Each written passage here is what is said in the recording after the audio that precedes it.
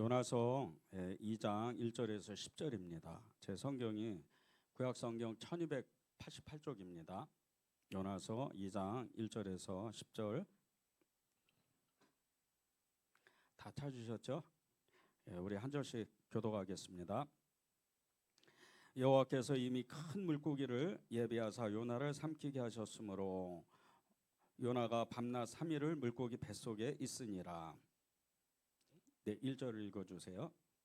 요나가 요나가 물고기 뱃속에서 그의 하나님 여호와께 기도하여 이르되 내가 받는 고난으로 말미암아 여호와께 불러 아뢰었더니 주께서 내게 대답하셨고 내가 수어로의 뱃속에서 부르짖었더니 주께서 내 음성을 들으셨나이다. 주께서 나를 깊음 속 바다 가운데에서 던지셨으므로 큰 물이 나를 둘렀고 주의 파도와 큰 물결이 다 내 위에 넘쳤나이다. 내가 말하기를 내가 주의 목전에서 쫓겨났을지라도 다시 주의 성전을 바라보겠다 하였나이다. 물이 나를 영혼까지 둘러싸우며 깊음이 나를 에워싸고 바다풀이 내 머리를 감쌌나이다. 내가 산의 뿌리까지 내려가 싸우며 땅이 그 빗장으로 나를 오랫도록 막아 싸우나 나의 하나님 여호와여 주께서 내 생명을 구덩이에서 건지셨나이다. 내 영혼이 내 속에서 피곤할 때 내가 여호와를 생각하였더니 내 기도가 주께 이르렀사오며 주의 성전에 미쳤나이다. 거짓되고 헛된 것을 숭상하는 모든 자는 자기에게 베푸신 은혜를 버렸사오나 나는 감사하는 목소리로 주께 제사를 드리며 나의 서원을 주께 갚겠나이다. 구원은 여호와께 속하였나이다 하니라. 함께 읽겠습니다. 여호와께서 그 물고기에게 말씀하시매 요나를 육지에 토하니라. 아멘. 네, 우리 1장 17절부터 이렇게 읽었는데 이 2장 전체가 이렇게 요나의 기도입니다. 그 유명한 요나의 이 회개 기도인데 이 요나 1장에서 4장까지 우리가 말씀을 나누면서 오늘 이렇게 하나님이 요나를 통해서 요나의 기도를 통해서 우리에게 주시는 그 기도의 제목들이 무엇일까 이것을 이렇게 나눴으면 좋겠습니다. 선지자 요나는 전도자이면서 기도자입니다. 두말할 것도 없이 정말 이 요나는 전도자 중에 전도자죠. 정말 단 하루 만에 이 사흘길이 그렇게 큰 니느웨 성을 뛰어다니면서 너희가 40일 안에 회개하지 않으면 다 멸망할 것이다. 하나님의 심판이 임할 것이다. 그렇게 그냥 뛰어가면서 이렇게 전도를 했는데도 불구하고 이 니느웨 성 안에 사는 12만 명, 이 가축까지 가면 뭐 지금 어마어마한 숫자겠죠. 이 12만 명이 단 그 하루 만에 회개를 했어요. 이런 놀라운 전도의 그 능력이 전도자가 된다면 우리가 어떤 마음이 들겠어요? 이게 한국 교회 안에 지금이야 이제 많이 사라졌지만 그 전에는 정말 이렇게 대단한 전도자들이 있었어요. 막 수백 명을 전도하고 1,000명, 막 몇천 명씩 전도하는 이런 사람들이 있었습니다. 그런데 실제 이렇게 간증을 듣거나 또 이야기를 나누게 되면 그렇게 우리하고 다른 그런 특별한 어떤 능력이 있는 건 아니에요. 그냥 자기가 이런 예수님을 만났습니다. 나는 이렇게 예수님을 만났습니다 하면서 그냥 너무나 뜨거운 마음에 복음을 전하면 다 또 만나는 사람마다 정말 전도가 되고 교회를 찾아오게 되고 이런 역사가 있는 겁니다. 그런데 이 전도자들과 또 요나의 그 전도의 능력, 전도의 그 역사는 여러분에게도 똑같습니다. 여러분 중에 혹시나 이렇게 나는 이렇게 내 평생에 지금 또 예수 믿은 지 지금까지 한 번도 전도를 해본 적이 없는데 이렇게 생각하시는 분이 있어가지고 다른 성도들하고 왜 저 사람은 저렇게 전도를 많이 하지? 이런 비교의식을 갖는다면 그 빨리 없애야 돼요. 그런 사람들은 특별하게 어떤 능력이 있어서 전도를 하는 게 아니에요. 그냥 하나님이 그 사람에게 주어진 그 사명이 있어요. 여러분에게도 똑같이 있지만 그 전도는 그 사람에게 사람이 실제적으로 어떤 사람이 눈에 보여서 이렇게 교회를 나오는 거고 여러분은 똑같은 능력을 가지고 있으면서 어떤 사람에게 지나가다가 또 어떤 직장 동료에게 또 이웃 사람에게 복음을 이렇게 예수님을 전했는데 그 사람이요 정말 인생의 가장 슬픈 순간에 자살을 하다가 여러분이 지나가면서 그냥 예수 믿어. 예수 믿으면 다야. 예수 믿으면 행복해. 행복해져. 예수 믿으면 구원받아. 이러면서 지나갔는데 그 영혼이 살아나는 수가 있어요. 근데 우리는 잘 모르잖아요. 구원은 주께 있다 그랬어요. 우리가 전도하는 게 아닙니다. 그것은 쓰임 받는 것뿐이지 우리가 전도하는 게 아니에요. 어불성설이에요. 하나님이 전도를 하시는 거예요. 구원하시는 거예요. 전도자는 하나님이세요. 우리는 그저 우리가 만난 예수 그리스도를 이렇게 전해줄 뿐이에요. 오늘 이제 이 요나 선지자 요나를 통해서 우리는 다 알잖아요.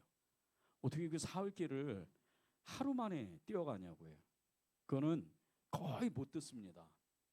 이 12만 명이 거의 못 들어요. 사람의 소리가 얼마나 크고 자연의 소리가 얼마나 크고 시장 내거리 같은 데는 얼마나 시끄럽겠어요. 이 요나가 아무리 크게 떠들어봐야 들리지가 않아요. 그런데다가 요나는 어쩌죠? 이 니느웨 사람들을 미워하잖아요. 아수르 사람들이라. 그러니까 아주 큰 소리는 안 했을 거예요. 그냥 지나가면서 너네 저기 회개 안 하면 40일 만에 망할 거야. 그러면서 막 안 들리게끔 자기 혼자 막 이렇게 그냥 들릴 듯 말 듯 하면서 지나갔을 거예요 아마. 그런데도 하나님이 일하시는 거예요. 왜? 자 보세요. 이 요나가 지나가면서 이렇게 뛰어가면서 복음을 너무나 작은 소리로 전했을지라도 거기에 누가 일하시죠? 성령님이 일하세요. 성령이 모든 사람을 듣는 모든 사람을 감동하는 거예요. 그리고 구원해 내시는 거예요. 이 모든 역사는요, 예수 그리스도의 그 전도자이신 예수 그리스도의 놀라운 은혜란 말입니다. 그러니까 여러분이 혹시 나는 전도하지 못한다. 혹시 나는 이렇게 한 사람도 전도하지 못했는데 이런 생각을 하면 안 된다는 거예요. 조건은 있죠. 성령 충만입니다. 예수 그리스도로 말씀으로 내가 충만하고 그리스도의 사랑으로 충만하기만은 하고 있으면 돼요. 그러면 우리도 모르는 사이에 그렇게 정말 죽어가는 영혼을 전도하는 그 기회가 생긴단 말이에요. 그것이 진짜 전도예요. 수백 명, 수천 명이 돌아오는 것도 좋지만 그들이 인격적으로 예수님을 만나지 못한다면 그것은 오랜 시간이 걸립니다. 그런데 여러분이 진짜 정말 이렇게 기가 막히는 어떤 시간과 타이밍과 어떤 상황, 어떤 이런 그런 놀라운 성령의 역사로 인해서 정말 이렇게 버스를 타고 가다 지하철을 타고 가다 그냥 아니면 택시를 탔는데 그 택시 기사분에게 복음을 전했는데 그렇게 역사가 일어났어요. 이거는요 그대로 요한계시록에 말씀하신 것처럼 그 생명책에 우리가 거기에 행위록책에 거기에 그대로 올라가는 거예요. 이게 진짜예요. 그러니까 여러분의 그 전도 조건은 다른 게 아니에요. 성령 충만, 예수 그리스도로 충만하는 거예요. 그것만 있으면 돼요. 그리고 나머지는 하나님께 맡기는 겁니다. 이 요나는 그렇게 전도하고 기도하던 사람인데 이 요나가 처음부터 그렇게 순전하게 전도했던 사람도 아니고 기도했던 사람도 아니라는 거예요. 특히 이 아수르 사람 정말 이렇게 원수잖아요. 원수도 그냥 원수가 아니에요. 아수르 사람 때문에 이 북이스라엘 사람들은 많이 죽었습니다. 엄청 고통을 당해요. 너무나 큰 대제국이니까. 그리고 실제로 AD BC 722년에 이 호세아 왕 때 북이스라엘 완전히 아수르에 의해서 망하잖아요. 그럴 정도로 완전히 그냥 원수 중에 원수인 거예요. 생각해 보세요. 여러분 제일 싫어하는 사람, 제일 정말 버거운 이런 사람에게 내가 복음을 전해야 돼요. 예수님을 모르니까. 그러면 어떻게 전하겠어요? 이게 주님의 명령인데 주님의 그 감동이 성령의 감동이 나한테 왔는데 그러면 우리도 역시 저도 마찬가지. 이렇게 그 사람의 얼굴을 잘 안 보면서 이렇게 옆을 보면서 예수 안 믿으면 큰일 나요. 예수 믿으세요. 행복해져요. 그러면서 이렇게 지나가면서 얘기하겠죠. 요나가 딱 그랬던 거예요. 그런데 요나가 처음부터 그렇게 순전하게 전도자가 되지 않고 기도자가 되지 않았던 이유는 그 마음의 상처가 깊었단 말이에요. 우리네 삶과 같이 우리가 이 땅에 살면서 사람 때문에 그 얼마나 상처를 많이 받아요. 똑같은 경우가 요나입니다. 요나는 하나님의 선지자였지만 상처가 너무 많았던 사람이에요. 도저히 이 아수르 사람들을 용납하지 못하는 그런 사람이었습니다. 이 요나서가 기록된 시기에는요 북이스라엘 여로보암 2세 때, 그러니까 BC 760년대 이 요나서가 기록됩니다. 그러니까 이 요나서를 요나가 기록한 그 시기는요, 이미 이제 이 니느웨 땅을, 이 아수르의 수도죠, 이 니느웨 땅을, 이 도시를 갔다 오고 나서 이 요나서를 기록한 거예요. 그렇게 이제 이 요나서를 썼는데, 이 시기는요, 북이스라엘 이 북쪽의 대제국이었던 아수르가 이 이스라엘을 침공하려고 호시탐탐 약탈과 그 폭력, 협박, 그렇게 그냥 너무나 그 억압하는 그런 때였다는 거예요. 너무 무서운 때였지. 이게 잠을 자도요, 너무 힘들었던, 불안에 떠는, 공포에 떠는 그런 시기였단 말이에요. 그러니까 이 요나, 선지자 요나는 그런 소식을 다 듣는 거예요. 누가 잡혀갔다더라, 누가 죽었다더라, 또 그냥 이 포로가 되기 이전에 끌려간 사람 꽤 많았습니다. 그리고 밤에 자다가 죽은 사람, 또 사람이 안 죽으면 가축들을 싹 다 끌고 가는 거예요. 그냥 왜 가축들을 끌고 가는 건 재산 다 몰수하는 거예요. 왜? 이 사람들은 대제국이었지만 그렇게 약탈을 입쌌는 민족이었어요. 전에 한 번도 말씀드린 말씀도 이렇게 나눈 것처럼 이 아수르 이 사람들이 얼마나 무서운 사람들이냐면요, 한 국가와 전쟁을 해가지고 그 국가가 이제 전쟁에서 패하게 되면 시체들을 이렇게 쌓는데 머리만 잘라요. 그래가지고 머리에 산을 쌓는 거예요. 그럴 정도로 악해요. 아주 악한 민족이에요. 그런 이 아수르가 지금 북이스라엘을 계속 정말 협박하고, 그리고 그냥 찬탈하고 엄청 그냥 공격해 대는 거예요. 그 소식을 들었던 이 선지자 요나가 정말 요나의 그 마음, 죽이고 싶은 거예요. 다 그냥 왕으로부터 일반 백성까지 아수르 사람은 다 죽이고 싶은 거예요. 그런 차에 그런 마음을 가지고 있는데 하나님이 이 요나를 부르셔서 전도하라는 거예요. 어떤 마음이 들겠어요? 우리가 정말 버겁습니다. 우리의 일상을 이렇게 요나의 그 상황과 겹쳐 보면요, 우리가 가장 정말 힘들어하는 사람들, 정말 내하고 가까이 있는 어떤 가족일 수도 있고 형제일 수도 있고, 또 정말 이렇게 이웃인데 이상하게 나를 힘들게 하는 그런 이웃이 있어요. 너무나 힘듭니다.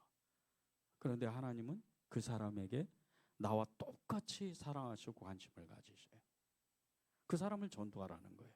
그 사람에게 찾아가서, 일부러 그 아수르 땅이 어디입니까? 지금으로 말하면 페르시아 끝쪽인데 그 이라크, 나중에 이제 이란하고 이렇게 반 갈라지죠.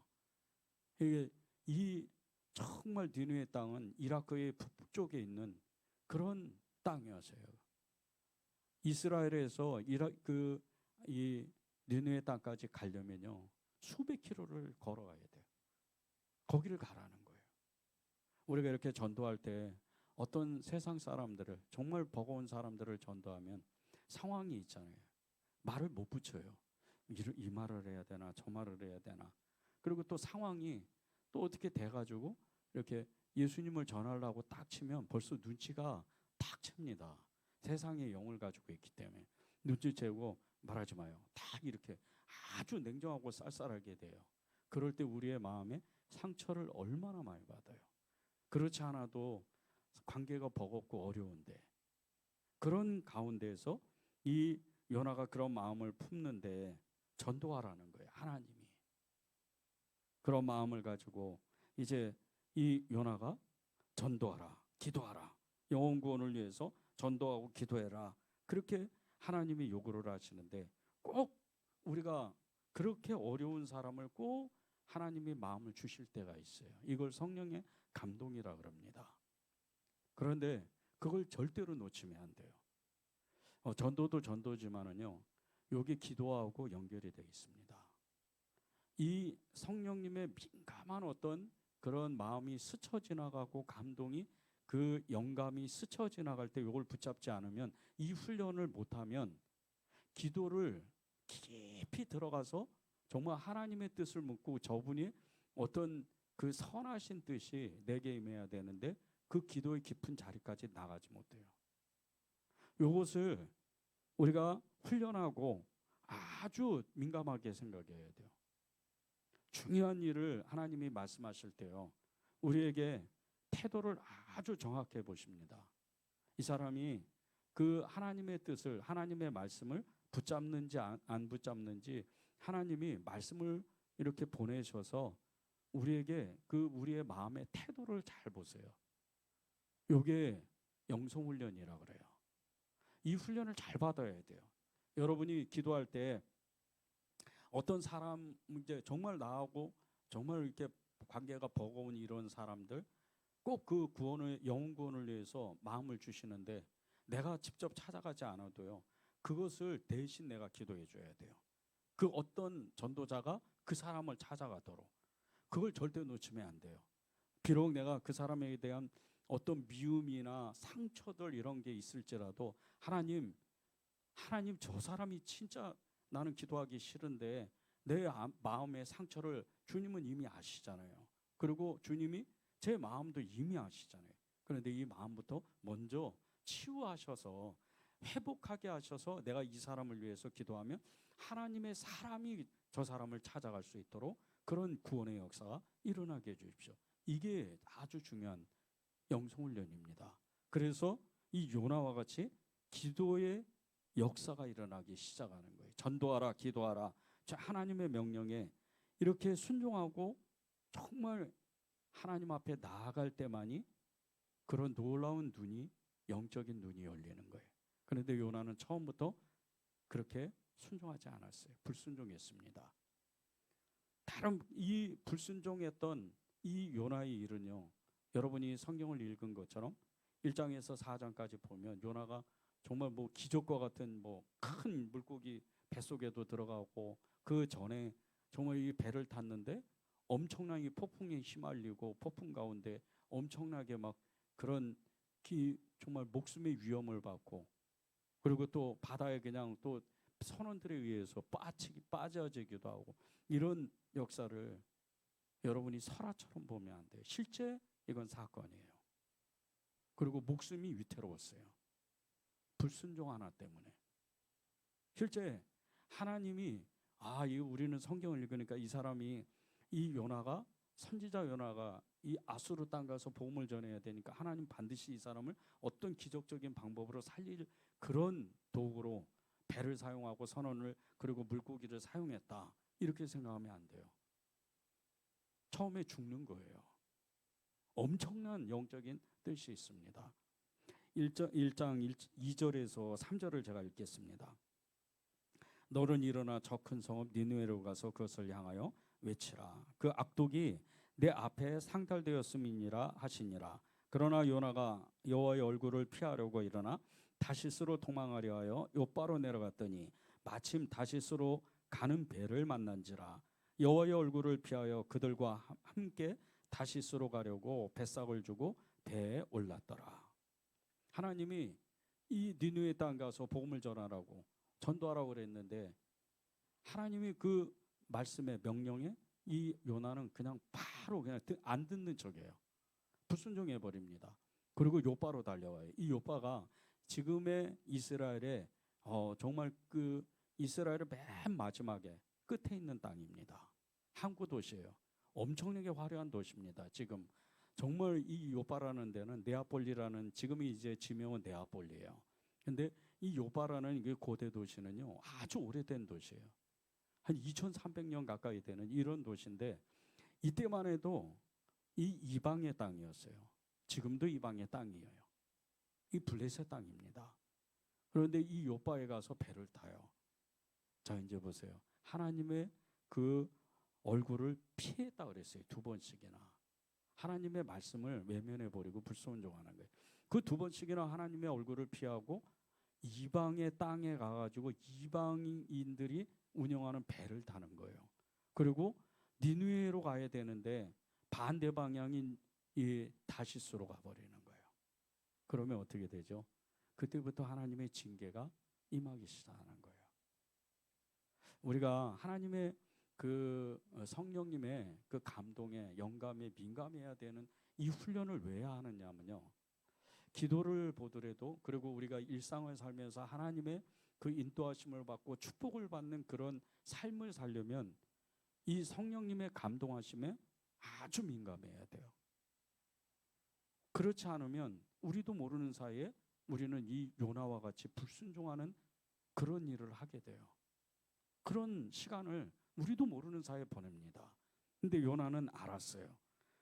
하나님의 얼굴을 피해서 니느웨의 정반대 방향인 다시스로 가는데, 그런데 이제 그때부터 이 요나의 불순종은 그에게 깊은 수렁에 빠지는, 절체절명의 이 폭풍우를 만나는 그런 일을 만나요.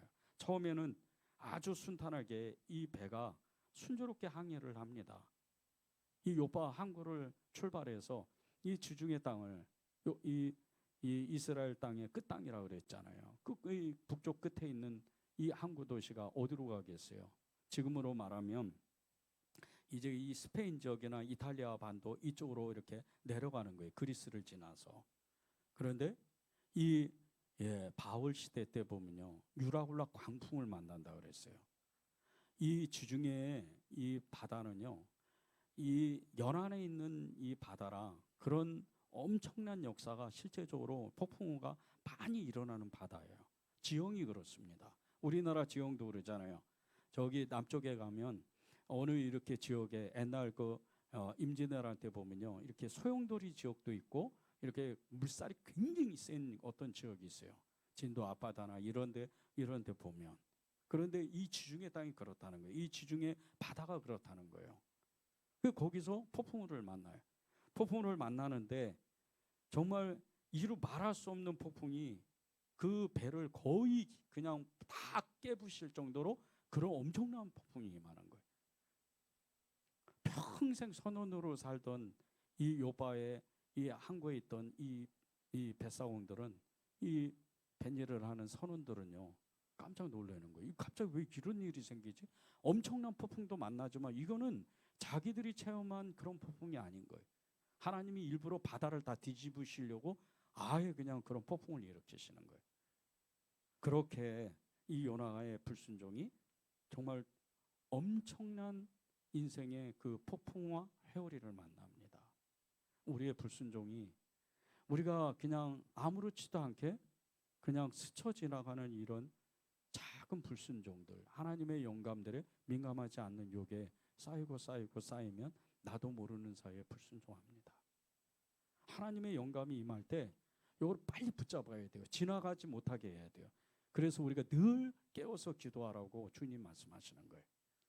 여러분이 이제 그렇게 하나님의 그 영적인 그 민감한 훈련을 통해서 더 깊은 영성으로 그 영성의 그 자리로 나아가고, 이렇게 요나처럼 폭풍을 만나지 않고 이렇게 요나처럼 인생의 그 엄청난 굴곡에 그 깊은 바닷속으로 빠져가는 그런 일을 겪지 않아도 되는 거예요. 우리가 일부러 그런 일을 겪을 필요는 없잖아요. 하나님 앞에 나가서 정말 예수님 믿는 이상은 우리가 한번 그분께 만나고 인격적으로 만나서 거듭남으로 인해서 평생에 우리가 여러 그런 어떤 폭풍으로 이렇게 물결들을 만나겠지만 그런 엄청난 유라굴라 같은 폭풍을 만날 필요는 없단 말이에요. 그래서 늘 깨어 있어야 되는 거예요. 하나님이 왜 우리 보고 깨어 있으라냐면요, 무슨 마지막 때처럼 뭐 엄청난 전쟁이 일어나고 엄청난 환난이 일어나, 이게 아니에요. 늘 깨어 있으라고 말씀하시는 것은 우리에게 찾아오는 인생의 여러 가지 질곡 가운데 그 모든 것을 이겨나갈 수 있도록 하나님께 민감하게 그렇게 반응하면 그 모든 걸 능히 빠져나갈 수 있도록, 믿는 자에게는 감당할 시험밖에 안 준다 그랬어요. 그런 능력을 주시기 위해서 우리에게 깨어 있으라고 하는 거예요. 그래서 이 요나가 겪었던 이 불순종으로 인해서 정말 엄청난 그 삶의 공경에 빠지는데, 우리가 요때요, 이 요나를 통해서 순종과 불순종의 차이가 엄청난 간격이 있다는 것을 알아야 되는 거예요. 여러분이 무엇을 순종하죠? 여러분이 무엇을 불순종했죠? 딱 한 가지예요. 아침부터 저녁까지 예수님을 의식하는 거예요. 그것이 순종인 거예요. 특별한 게 없습니다. 무슨 뭐 대단하게 주님이 우리를 갑자기 우리 권사님 집사님을 갑자기 오늘 부르셔가지고 아니면 내일 아침 부르셔서 저 아프리카에 저기 어디 정말 이 팔레스타인 지역에 아니면 저기 아랍 지역에 이런 데 가서 선교해라. 아니면 또 거기 가서 순교해라. 이렇게 말씀 안 하세요. 그런 걱정 안 해도 돼요. 하나님이 우리를 부르실 때는 가장 선한 길을 만드세요. 선한 길을 만들어서 하나님이 우리를 궁극적으로 행복한 길을, 행복한 삶을 살도록 하십니다. 그것이 우리의 목적이에요. 우리를 부르신 목적이에요. 여러분이 아니더라도 선교하는 사람, 그리고 그 어려운 지역에 가서 복음을 전해야 되는 사람은 있어요. 근데 여러분은 아니에요. 그렇다고 여러분이 믿음이 작아서 하나님이 여러분이 그 영적인 그 능력이 없어서 그렇게 안 부르시는 게 아니에요. 다 각자 할 일이 있다는 거예요. 이 요나는 정말 그 엄청난 그 부르심을 받은 거예요. 가만 생각해 보세요. 히브리 사람이, 이 이스라엘 사람이 지금 이방이 그 엄청난 우상을 섬기는 그 땅에 가서 하나님을 전해야 되는 거예요. 그 자리에서 죽습니다. 이것을 알아야 돼요. 요나가 불순종한 가운데는 혹시 내가 가서 죽을까? 이런 마음도 있다는 거예요. 그러니까 성경을 잘 보면서 하나님의 백성이 어떤 삶을 살아야 될까? 끝내 요나를 지켜주시잖아요. 요나가 돌아오잖아요. 그러니까 우리가 하나님 앞에 순종해야 되는 것, 이 순종과 불순종의 차이가 이렇게 전혀 다른 결과로, 삶의 결과로 나타나는데 우리가 정말 전도해라, 기도해라, 그렇게 하나님의 마음을 주시면 전도해야 되겠구나. 그러면 내가 지금 거리에 나가서 노방전도를 못할지언정, 축구전도를 못할지언정 나는 그럼 기도해야지. 기도가 진짜 전도예요. 왜 그런 줄 아세요? 온 세상에 예수 안 믿는 사람들이, 예수님을 믿지 않는 사람들이 그 예수님을 믿는 사람보다 3배가 많습니다. 근데 그들에게 누가 복음을 전하죠? 우리가 기도하면 선교사님들이 가는 거예요. 그게 진짜 전도예요. 그러면 우리도 요나와 같이 똑같이 전도자가 되고 기도자가 되는 거예요. 그렇게 우리가 하나님 앞에 우리가 기도하고 또 하나님 앞에 전도하는 그 마음을, 열망을 그렇게 가진다면 우리 안에요, 영적으로 굉장히 민감해져요. 늘 하나님의 그 음성을 듣고 싶어서 기도하고 또 전도하려고 애를 씁니다. 그런 가운데 놀라운 경험들을 하는 거예요. 제가 어제 이제 우리 성경 통독했잖아요. 성경 통독했는데 그 수료증을 만들려고 이렇게 문구점을 갔어요. 문구점을 갔는데 거기서 그 문구점에 그 디자인된 것을 이렇게 옆에 있는 2사람이 그걸 보더라고요. 그것을 보면서 한 분은 이제 그게 그 내지가 너무 좋으니까 자기 사진을 거기다 붙이려고 그 내지를 어디서 사냐는 거예요. 그 문구점에서 산 줄 알았나 봐요. 그래서 제가 친절하게 인터넷에서 이렇게 구입하면 된다 하고 알려줬어요. 근데 그 옆에 있는 분이 너무 뜬금없이 이렇게 얘기를 하는 거예요. 교회가 어딥니까? 그 밑에 은혜제일 교회가 써져 있잖아요. 교회가 어딥니까? 그래서 저기 이렇게 의료원 앞에 거기 있습니다. 이렇게 알려줬더니 그분이 그러는 거예요. 물어보지도 않았어요. 제가 전에는 교회를 다녔어요. 그런데 마음의 시험을 받아서 이제는 교회를 안 다녀요. 교회를 나가고 싶어요. 그런 얘기를 하는 거예요. 그러면서 자기 얘기를 쭉 하더라고요. 그래서 제가 하나님이 처음부터, 그리고 가장 어려울 때, 그리고 가장 편할 때, 그리고 앞으로도 영원히 당신을 사랑할 겁니다. 그리고 하나님 마음 주시면 어느 교회든지 찾아가고 혹시 우리 교회로 오려면 아무 부담 없이 찾아오시라고. 전도가 됐잖아요. 늘 깨어서 기도하고 늘 성령님께 민감하면 전도는 저절로 일어납니다. 많은 사람들이 전도를 어렵게 생각을 해요. 성령에 민감하고 성령에 정말 이렇게 그 순종할 수 있는 마음, 그 훈련을 하게 되면 전도해라, 기도해라, 이렇게 말씀하실 때 우리는 즉각적으로 그것을 반응해요. 왜? 하나님의 기적이 그 안에 들어있다는 것을 알기 때문이에요. 이 순종을 우리가 하나님 앞에 전심을 다하면요, 14절 15절을 보세요. 무리가 여호와께 부르짖어 이르되 여호와여 구하고 구하오니 이 사람의 생명 때문에 우리를 멸망시키지 마옵소서. 무죄한 피를 우리에게 돌리지 마옵소서. 주 여호와께서 주의 뜻대로 행하심이니이다 하고 요나를 들어 바다에 던짐에 바다가 뛰노는 것이 곧 그친지라. 보세요. 세상 사람들도 이 기도하는 훈련을 얼마나 많이 하는지. 지금 이 요나를 바다에 빠친 사람들이 누구죠? 요바의 항구에 있던 그 배 선원들이에요. 그런데 이 요바가 이스라엘 땅이 아니라 그랬잖아요. 지금 어디죠? 옛날 이 고대 때는 이 블레셋 땅이에요. 이방의 땅입니다. 우상을 숭배하는 땅이에요. 그 사람들은 우상에게 각자 나름대로, 더군다나 이 지중해 그 험난한 이 바다 길을 가려면요, 오고 가려면 계속해서 제사를 지내고 계속해서 누군가에게 기도를 해야 돼요. 그랬던 사람이 이 요나를 통해서 하나님의 소리를 듣는 거예요. 하나님의 이름을 알게 되는 거예요. 그래서 자기들이 얼마나 기도를 많이 했겠어요. 요나가 그 배미창에서 바깥으로 나오기 전까지 얼마나 이 뱃사람이, 이 선원들이 기도를 많이 했겠어요. 자기 신들한테 바다를 좀 잠잠케 해주시라고. 그런데 보세요, 바다가 잠잠해지지 않아요. 더 흉흉해진다고 그랬어요. 그리고 나서 오늘 말씀에 딱 그렇게 나오잖아요.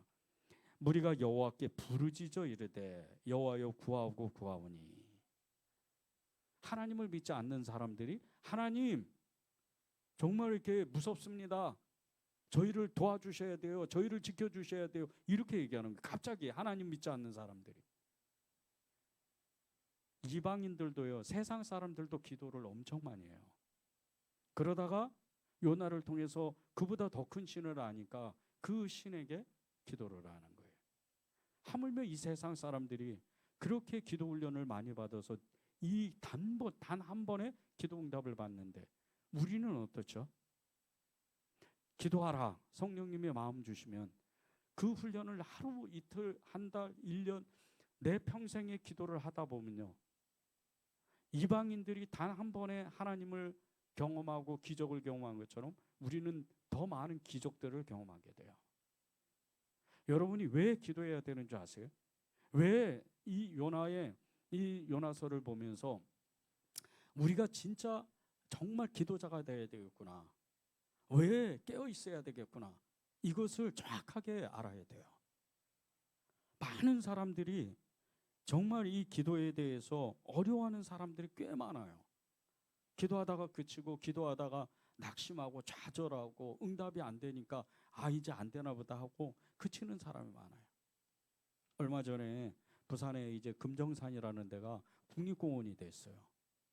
근데 그곳에 정말 이렇게 그 남쪽 지방이다 보니까 바닷가 근처다 보니까 이게 무속 신앙을 가진 사람들이 아예 그냥 온 산에 곳곳에 그냥 바위며 어디 그 계곡이며 이런 모든 곳에 제단을 만들어 놨어요. 하루 이틀이 아니면 수십 년 동안 그렇게 만들어요. 그것만 치우는데도 정말 이렇게 수십 톤의 쓰레기가 나올 정도로 그런 엄청난 양입니다. 그런데 그렇게 무속신앙을 가진 사람들이 끊임없이 자기가 믿는 신의 그 앞에서 기도하고 밤을 새가면서 기도합니다. 저도 이렇게 산기도를 다닐 때 이렇게 보면, 주변에 보면 그 굴을 파가, 산에 굴을 파가지고 귀신을 부르는 훈련을 하는 사람도 봤어요.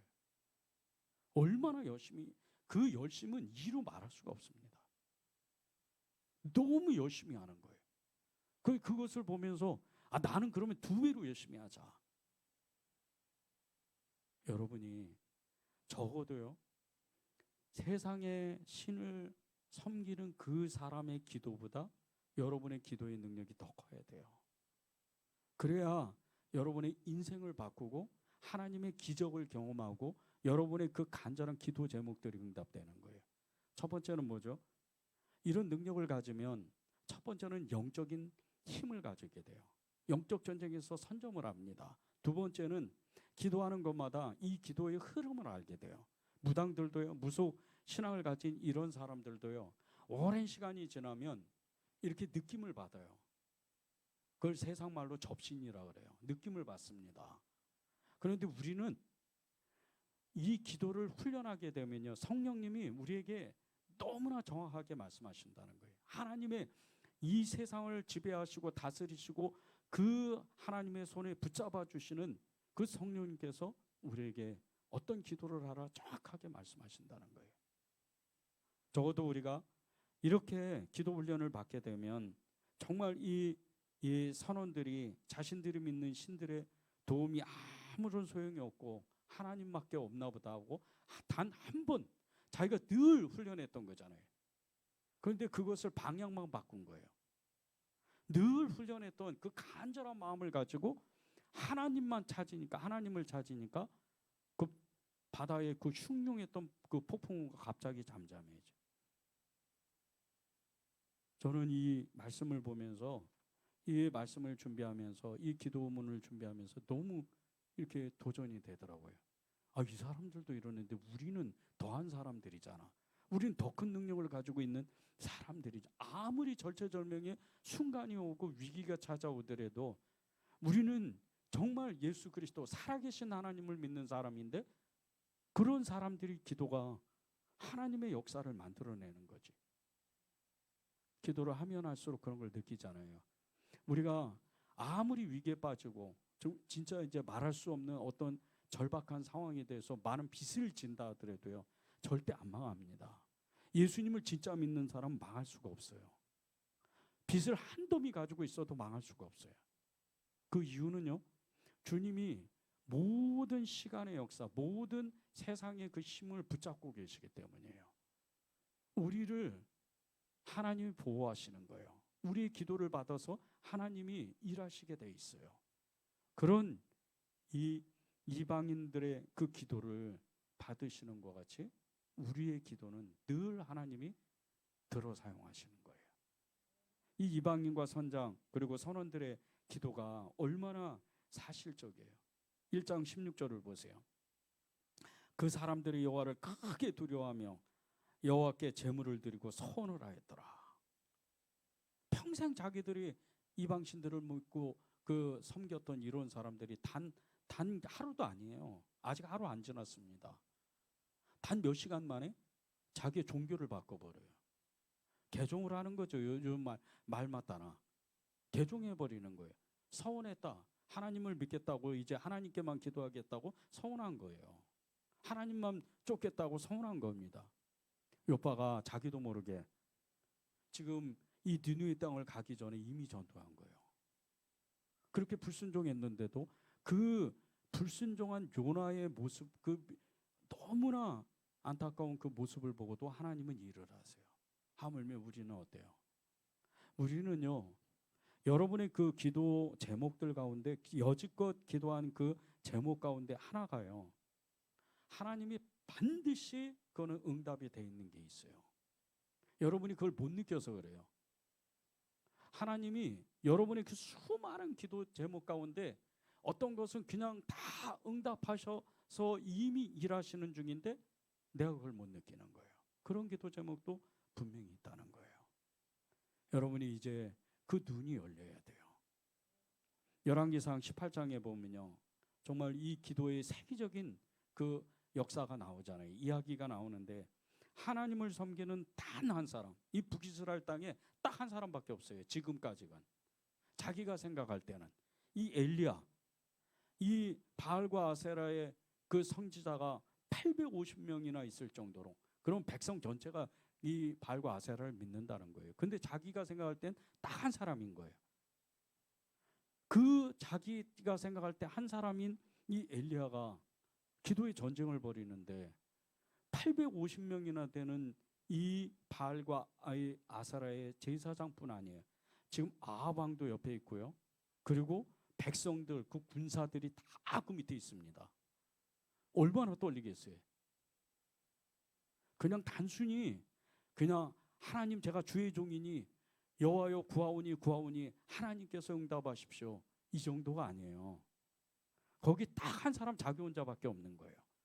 그 영적인 그 어마어마한 그 반타의 힘이 그것을 온몸으로 다 느끼고 경험하면서 자기는 자기의 기도가 진짜 기도라고 믿는 사람이에요. 얼마나 민감하게 기도로 훈련을 받았으면. 여러분이 이 열왕기상 18장에 엘리야와 이 엘리야의 기도 전쟁을 읽으면서 하나 간직해야 되는 게 있어요. 꼭 나는 기도 응답 받는다. 단순히 성경을 지나가면 안 됩니다.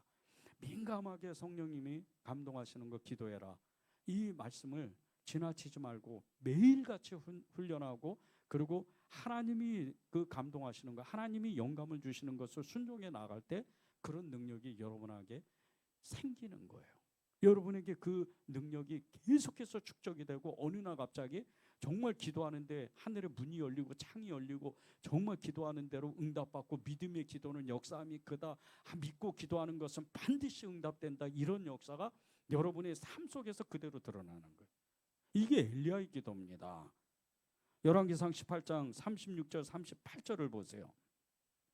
주께서 이스라엘 중에서 하나님이신 것과 내가 주의 종인 것과 내가 주의 말씀대로 이 모든 일을 행하는 것을 오늘 알게 하옵소서.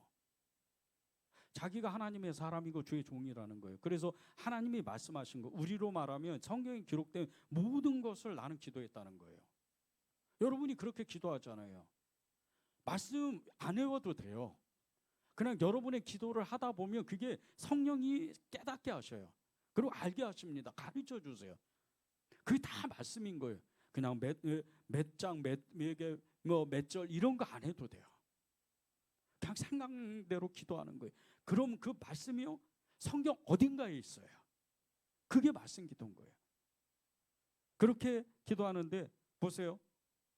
37절에 여호와여 내게 응답하소서, 내게 응답하소서. 이 백성이 주 여호와는 하나님이신 것과 주는 그들의 마음을 돌이키심을 알게 하옵소서. 그러니까 하나님을 두 번씩이나 불러요. 자기는 믿으니까. 그렇게 수백만 명이 있어도 떨리지 않는 거예요. 늘 기도 훈련을 했으니까. 그렇게 기도하는 거예요. 그렇게 기도하면 보세요. 38절에 여호와의 불이 내려서 번제물과 나무와 돌과 흙을 태우고 도랑에 물을 핥은지라. 그런 응답의 기적과 같은 영적 전쟁에서 가장 큰, 성경에서 이 영적 전쟁하면요, 에베소서 6장과 말씀과 같이 이 열왕기상 18장의 영적 전쟁은요, 너무나 정확한 영적 전쟁의 승리예요. 기도로 승리한 겁니다. 에베소서 6장도 기도로 승리하는 하나님의 말씀이에요. 여러분의 그 기도가 그런 기도라는 거예요. 그걸 믿고 기도하십시오. 그렇게 하나님 앞에 정말 내 기도는 반드시 응답된다, 하나님의 뜻이 임하고 내 삶에서도 여러 가지 문제들, 그리고 나의 간절한 기도 제목도 반드시 응답된다, 교회를 위해서 내가 기도하면 하나님은 불을 내려주신다, 이런 기도의 자신감이 여러분 안에 있어야 돼요. 우리가 평소 기도 훈련이 안 되고 그렇게 그냥 기도하다 그치고 기도하다 그치면요, 어둠은 금방 옵니다. 이 요나가 평생 기도했던 사람이 있잖아요. 그런데 그 불순종 한 번 한 것 때문에 영적으로 그냥 갑자기 눈이 어두워져 버려요. 그리고 실제적으로 삶에서도 어둠 속으로 깊이 빠져들어가는 거예요. 기도하지 않고 깨어있지 않으니까. 우리가 기도하지 않고 깨어있지 않으면요, 바로 어둠이 우리를 붙잡게 돼요. 세상의 영은 그렇게 강합니다. 17절을 보세요. 1장 17절. 여호와께서 이미 큰 물고기를 예비하사 요나를 삼키게 하셨으므로 요나가 밤낮 3일을 물고기 뱃속에 있으니라. 3일 그러면 우리는 떠오르는 이 사건이 있잖아요. 예수님이 3일 동안 정말 너무나 그 어두운 그곳에서 계신 거잖아요. 생명이 없는 거예요. 3일 만에 성령의 그 능력으로 예수 그리스도 주님께 생명이 들어가는 거예요. 그리고 부활하시는 거예요. 부활 생명으로 나타나시는 거예요. 그런데 그때가 3일 동안은 어둠의 칠흑 같은 어둠이 한치 앞도 볼 수가 없어요. 바울이 그랬죠. 그리고 믿음의 증인들이 다 그렇게 성령 충만을 받기 전에는 그냥 예수님을 부인할 정도로 베드로가 그냥 딴 사람이 돼버리는 거예요. 갑자기 그냥 그 수제자가 영적으로 어두우니까. 그런데 이 물고기 뱃속은 어때요? 죽음의 그 그늘에 죽음의 칠흑 같은 어둠입니다. 우리가 깨어있지 않고 우리가 기도하지 않으면요, 우리의 삶 속에서 이 물고기 뱃속과 같이 정말 칠흑 같은 어둠의 순간이, 그 시간이 와요. 환경이 그렇게 찾아와요. 그때 알아야 돼요. 깨어 있어야 된다는 게 왜 그런지, 왜 기도해야 된다는지를, 왜 정말 성령님께 민감해야 되는지를 빨리 알아야 돼요. 여러분은 이미 아는 사람들입니다. 우리가 그렇게 깨어 있으면요, 이 어둠의 순간에 담대하게 대처할 수 있는 능력이 생겨요. 지금 순간적으로 잠시 불순종해서 이 요나가 비록 물고기 뱃속에 있었지만, 물고기 뱃속에서 물론 죽음이 두려워요. 그렇지만 깨닫습니다. 깨달아요. 그리고 그는 기도하기 시작을 해요. 2장 1절에서 2절 그리고 7절을 제가 읽겠습니다. 요나가 물고기 뱃속에서 그의 하나님 여호와께 기도하여 이르되 내가 받은 고난으로 말미암아 여호와께 불러 아뢰었더니 주께서 내게 대답하셨고 내가 수어로의 뱃속에서 부르짖었더니 주께서 내 음성을 들으셨나이다. 7절입니다. 내 영혼이 내 속에서 피곤할 때 내가 여호와를 생각하였더니 내 기도가 주께 이르러 싸우며 주의 성전에 미쳤나이다. 그러니까 늘 기도의 훈련을 기도하던 이 요나 선지자 요나는요, 물론 이제 한순간에 그냥 너무 상처 때문에, 마음의 깊은 그 상처 때문에 하나님께 불순종을 했지만 이 물고기 뱃속에 들어가서 바로 깨닫는 거예요. 그리고 기도하는 거예요. 즉시로 기도하는 거예요. 하나님의 그 정말 기적과 같은 역사를 또 만들어야지. 그리고 기도하는 거예요. 여러분이 이렇게 어둠 가운데 있을 때, 상황이 너무나 어렵고 정말 내 힘으로는 정말 이 난관을 헤쳐나가지 못할 때, 지금은 기도할 때인가 보다. 지금은 하나님을 찾을 때, 지금은 예수 그리스도 그분을 정말 내가 부를 때가 맞는구나. 그렇게 기도하는 거예요. 그러면 하나님은요, 우리가 오직 기도밖에 없다는 거, 하나님만 찾고 예수님만 찾는다는 그 간절한 마음을 이미 아셔서 기도하기 전에 하나님은 이미 응답하세요. 그래서 우리에게 다시 사명을 주십니다. 회복하게 하시는 거예요. 다시 우리를 하나님의 손에 붙잡아서 정말 하나님의 그 말씀대로 사는 그 능력을 다시 부어주시는 거예요. 요나는 순종하는 사람이 되잖아요. 즉시로 순종합니다. 요나가 기도하고 단 한 번 기도한 거예요. 한 번 기도하고 바로 어떻게 돼요? 그냥 바로 그 물고기가 이 육지에다가 토해내버리잖아요. 사는 거예요. 사명을 위해서 문이 열리는 거예요. 길이 열리는 겁니다. 마태복음 21장 23절에서 32절에 보면요, 그 포도원에 가서 그 아버지가 일하라고 두 아들에게 이야기하는 그 장면이 나와요. 첫째 아들은 아버지가 그렇게 이제 포도원에 가서 일하라 그러니까 네 알겠어요 그러고 가다가 그냥 불순종해버려요. 딴 데 가버려요. 둘째 아들은 너 가서 형처럼 일해라 그러니까 싫어요 이러면서 그냥 아버지를 거역하다가 갑자기 깨닫는 거예요. 내가 아버지한테 너무 불순종했구나. 너무 함부로 아버지를 그렇게 말을 거역했구나. 그리고 포도원에 가서 일해요. 그런데 이 일이요, 어떤 일이냐면요, 니느웨로 가라는 이 요나가 처음에는 불순종하다가 나중에 하나님께 순종하는 그런 놀라운 기적과 같은 일이 실제로 일어나는 거예요. 우리가 하나님의 말씀을 이렇게 듣고 우리가 비록 불순종했을 때, 삶의 어려움이 닥치고 그럴 때요, 깨닫기만 하면, 요나와 같이 기도만 하면요, 바로 하나님은 우리의 환경을 바꿔주십니다. 우리는 절대 무너지는 인생이 아니에요. 절대 쓰러지는 인생이 아니고 비참하게 사는 인생도 아니에요. 하나님은 우리 한 사람 한 사람 불러주실 때 이 천하보다 귀한 영혼이라고 그랬어요. 나 때문에 이 세상이 있는 거예요. 여러분이 적어도 주변에 있는 사람들 그 어떤 사람이고 비교하지 마십시오. 적어도 나 때문에 이 세상이 지금 하나님이 붙잡고 있다고 그렇게 믿는다면 하나님이 여러분의 그 믿음, 여러분의 기도, 여러분의 삶을 통해서 얼마나 많은 영혼들을 살리겠어요. 여러분의 삶도 하나님이 축복의 길로 아브라함과 같이 너는 복의 근원이다 그렇게 말씀하시면서 여러분을 축복하시는 거예요. 우리가 정말 이 칠흑 같은 어둠 속에 빠져 있을 때 가장 먼저 그냥 자동으로 생각해야 돼요. 정말 이렇게 삶에 어려움이 오고 환경이 어려워질 때, 이제 기도할 때인다. 이제 진짜 기도할 때야. 내가 그동안도 기도했는데 이제 진짜 하나님이 응답하실 때야. 요즘 기도하면요 계속 그 생각이 들어요.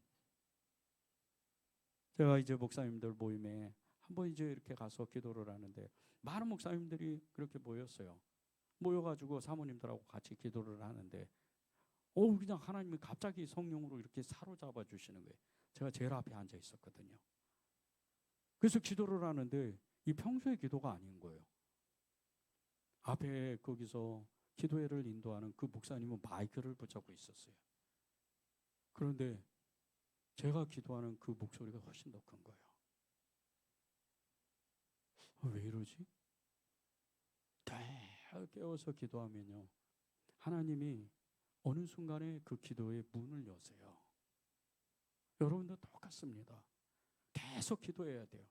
끊임없이 기도하고 성령님께 민감해서 그렇게 기도하다 보면 그렇게 우리에게 찾아오는 칠흑과 같은 어둠 속에 그 상황 속에 절박한 상황 속에 빠져 있을 때 하나님의 뜻이 무엇일까? 하나님은 이 일을 통해서 어떤 축복을 나한테 주시려고 할까?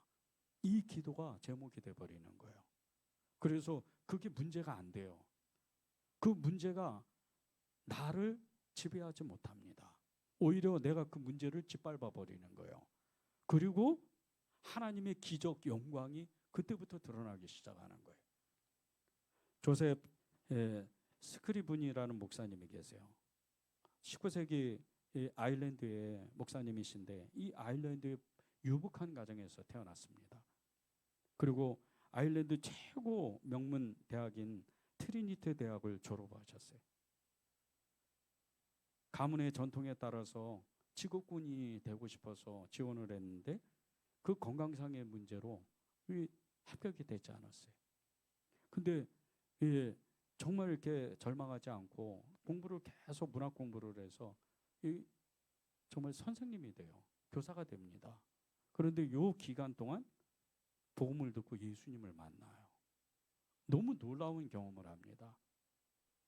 1443년에 정말 이 스크리븐 목사님이 성령 충만한 가운데 있어서는 안 되는 일을 겪어요. 너무 슬픈 일을 겪습니다. 아이들을 가르치고 그리고 유복한 가정에서 행복하게 살던 이 스크리븐 목사님이 이제 결혼을 앞뒀어요. 내일이면 결혼을 합니다.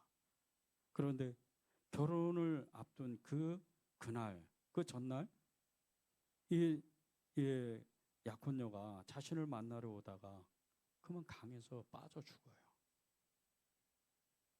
너무 사랑했던 그 약혼녀가 자기 눈앞에서 죽습니다. 그리고 절망에 빠져버려요.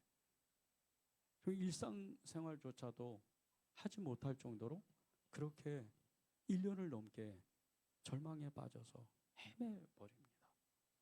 그러다가 이제 겨우 정신을 차려서 2년이 지난 1845년에 이 스크리븐 목사님이 과거를 잊고 새로운 삶을 살려고 캐나다 그 온타리오 그 지역으로 떠납니다. 10여 년 동안 정말 그 약혼녀를 잃어버린 그 상처를 치유하기 위해서 열심히 살아요. 그렇게 열심히 낯선 객지에서 살다 보니까 어느새 그 어느 여인을 또 만나는데 이 여인을 사랑하게 돼요. 그리고 또 결혼을 앞둡니다. 그런데 그 여인마저도 폐렴에 걸려서 4개월 만에 또 죽어요.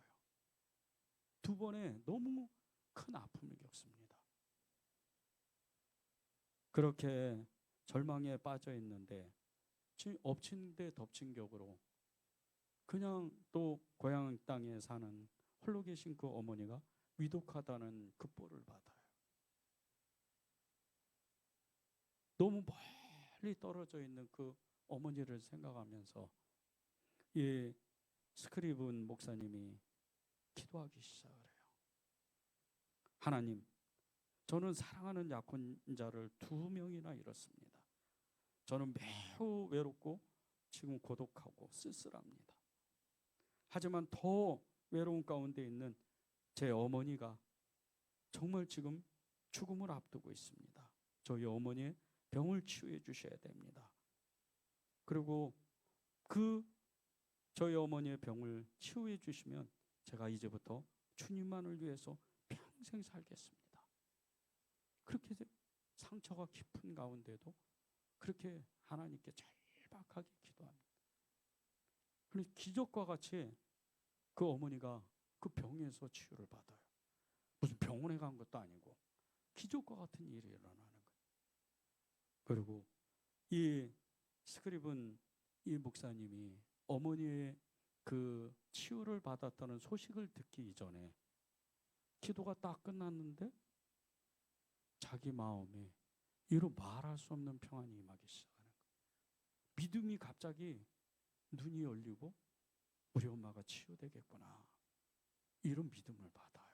그리고 실제 그 어머니가 치유되는 거예요. 그것을 붙잡고 이 스크리븐 목사님이 그 어머니에게 편지를 보냈던 이 편지를 찬송시로 만듭니다. 그게 우리가 잘 아는 찬송가 369장 죄짐 맡은 우리 구주예요. 제가 2절을 읽겠습니다. 시험 걱정 모든 괴로움 없는 사람 누군가 부질없이 낙심 말고 기도드려 알아세. 이런 진실하신 친구 찾아볼 수 있을까? 우리 약함 아쉬우니 어찌하니 아랠까? 여러분이 정말 지금 하는 이 기도, 그리고 정말 이렇게 절박하게, 그리고 평소에 늘 주님께 도와달라고 그렇게 하나님 앞에 아뢰고 그 기도는요 절대 땅에 안 떨어져요. 야고보서 5장 13절을 보십시오. 너희 중에 고난당한 자가 있느냐? 그는 기도할 것이라. 고난당하는 사람이 기도하면요 그 어떤 기도보다 강력한 힘을 가지고 있어요. 여러분이 힘들면 힘들수록, 어려우면 어려울수록 정말 하나님 앞에 부르짖어 기도하십시오. 그러면 그 기도는 반드시 응답되게 되어 있어요.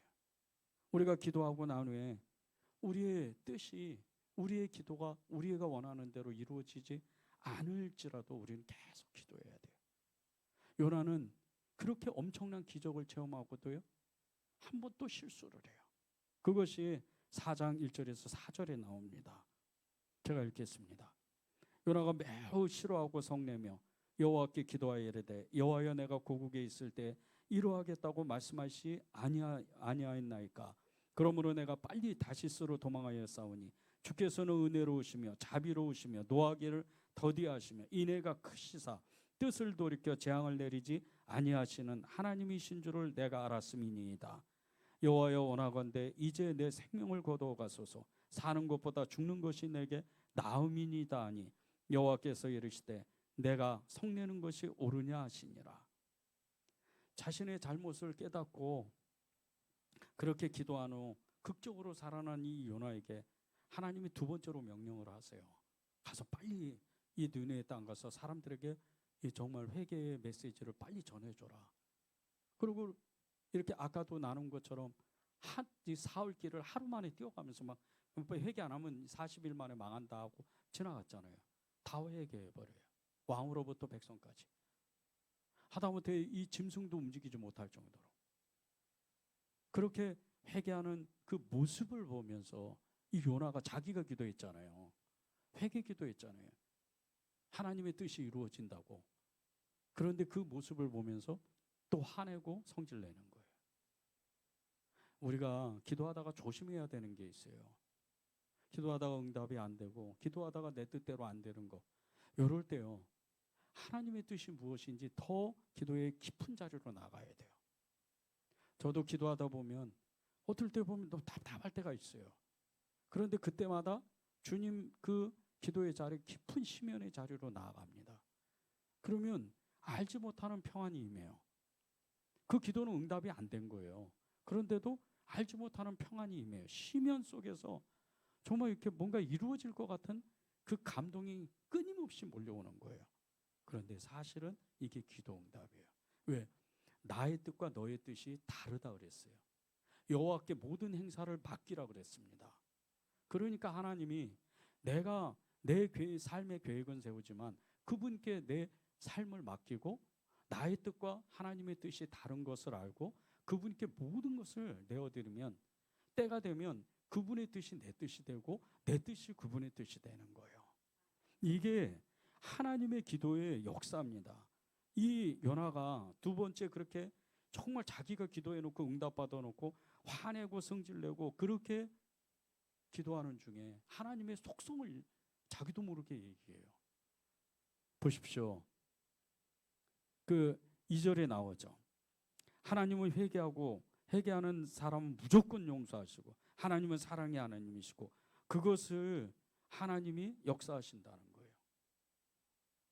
그러니까 노하기를 더디하시고 은혜로우시고 자비로우신 그 하나님, 그게 하나님이라는 거예요. 그러면 하물며 우리의 기도는 어떤 능력이 있냐는 거예요. 무엇이든지 기도하는 대로 여러분의 기도는요, 사실은 무엇이든지 기도하는 대로 응답하시는 게 하나님입니다. 은혜로운 하나님이에요. 내가 비록 지금은 내 눈에는 안 봐요. 내 삶에서는 경험이 안 됩니다. 그런데도 그것이 응답됐다고 믿는 사람은 그대로 되는 거예요. 믿는 대로 역사한다 그랬어요. 이게 그 영적인 원리를 알아야 돼요. 우리가 처음에는 그것을 잘 모르니까 어린아이 같은 심정으로 기도 훈련을 하지만 점점 잘하게 돼 있어요. 자꾸 밑으로 떨어지는 게 아니에요. 오죽했으면 예수님이 이 니고데모가 밤에 찾아와가지고 니고데모가 깨달지를 못하니까 네가 거듭나야 된다 이렇게 자꾸 이렇게 얘기를 하시니까 자기도 모르게 얼마나 철학적인 사람이 얼마나 지식이 있는 사람이에요.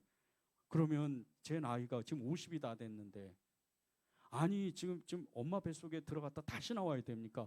이런 어리석은 얘기를 해요. 여러분 그러면 안 돼요. 여러분은 이미 하나님의 그 잘하게 하심으로 하나님의 영적인 능력을 가지고 있는 사람이 뒤로 절대 후퇴하면 안 됩니다. 이제 정말 기도 응답이 안 됐을 때 더욱 성숙한 마음으로 하나님 앞에 나가서 하나님은 분명히 응답하실 겁니다. 이렇게 하나님 앞에 아뢰야 돼요. 이 요나가 두 번째 실수를 하면서 그렇게 실컷 기도해놓고 이 요나가 하는 행동을 보세요. 3장 4장이 계속 나오잖아요. 그 니느웨 성과 똑같은 그 높이의 언덕에 올라가 초막을 져요. 그 아무것도 없는 데에다. 그리고 니네도 어떻게 되나 보자. 아주 악감정을 가지고 이렇게 쳐다보고 있는 거잖아요. 이 12만 명을. 그런데 그 요나의 그 못된 행동에서도 하나님이 그를 너무 사랑하시니까 박농쿨을 그냥 한 줄기가 아니에요. 아예 그 초막을 덮는 거예요. 밤새도록. 그렇게 그 뜨거운 햇빛에 그늘을 만들어 주시는 거예요. 우리의 기도는요, 하나님이 늘 은혜로 덮으십니다. 그렇게 응답하세요. 늘 하나님은 그 우리가 기도한 대로 그래 너 잘한다. 그래 내가 응답해 줄게. 그래 시간이 이제 다가왔다. 그렇게 말씀을 하시는 거예요. 이 요나의 기도를 통해서 우리가 배워야 될 것은요, 내 뜻에 맞지 않는다고 좌절하면 안 돼요. 낙심하면 안 됩니다. 그리고 이제 그런 마음을 빨리 버리고 오랜 시간이 걸리더라도 하나님의 뜻에 내 뜻을 맞추기 위해서 하나님 앞에 더 나가야 돼요. 누가복음 22장 42절을 보세요. 이르시되 아버지여 만일 아버지의 뜻이 아니거든 이 자를 내게서 옮기시옵소서. 그러나 내 원대로 마옵시고 아버지의 원대로 되기를 원하옵나이다. 이 기도가 우리를 살린 거예요. 아시죠? 이 기도가 우리를 구원하신 거예요. 하나님의 뜻에 예수님이 나의 뜻대로 마시고 아버지의 뜻대로 하십시오 이렇게 딱 맡기니까 우리가 구원된 거예요. 그럼 우리도 똑같은 기도를 하는 거예요. 나의 뜻대로 마시고 아버지의 뜻대로 해주십시오. 그러면 가장 좋은 선한 것으로 가장 값진 것으로 우리에게 응답하신다는 거예요. 여러분의 마음의 소원을 하나님께 온전히 아뢰세요. 내 뜻대로 마옵시고 아버지의 뜻대로 되기를 원합니다. 그렇게 하나님 앞에 아뢰는 거예요. 초대교회 성도들은요, 서로 편지를 주고받을 때 그 편지 말미에 이렇게 썼어요. 데오볼렌터, 데오볼렌터라고 이렇게 씁니다. 그런데 이 데오볼렌터라는 이 문장이요, 라틴어로 번역을 하면 하나님의 뜻이라면 이런 뜻을 가지고 있어요. 우리의 생각과 우리의 그 의견이 하나님과 생각이 다를 수가 있다는 거예요. 그래서 하나님의 뜻에 맞게끔 하나님의 뜻이라면 가장 작은 일이라도 하나님의 뜻만 임하면 모든 건 응답된다는 뜻이에요. 이렇게 이 아름다운 이 초대교회의 이 전통이요, 정말 그 성도들 사이에서 계속 세기를 거쳐서 전해져 와서 16세기 영국의 청교도들에게는 그 청교도들이 습관처럼 편지를 서로 보낼 때요, 맨 끝에다가 데오블렌터 이렇게 꼭 썼어요.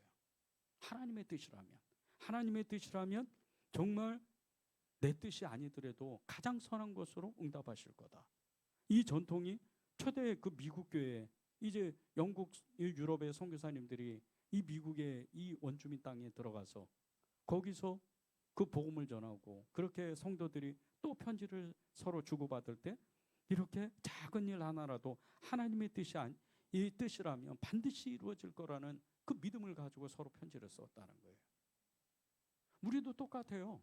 하나님께 올려드리고 기도를 올려드리고 하나님의 뜻이라면 이것은 반드시 응답될 겁니다. 너무 담대한 기도잖아요. 우리가 요나의 이 기도를 보면서 하나님의 뜻을 구하는 거예요. 하나님의 뜻, 그것이 무엇일까?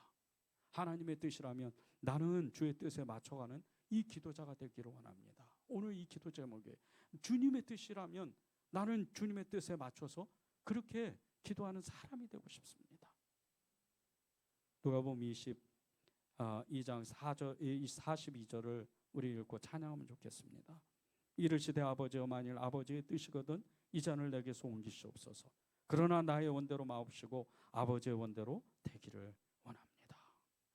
여러분이 이런 기도자가 되기를 바랍니다. 우리 찬양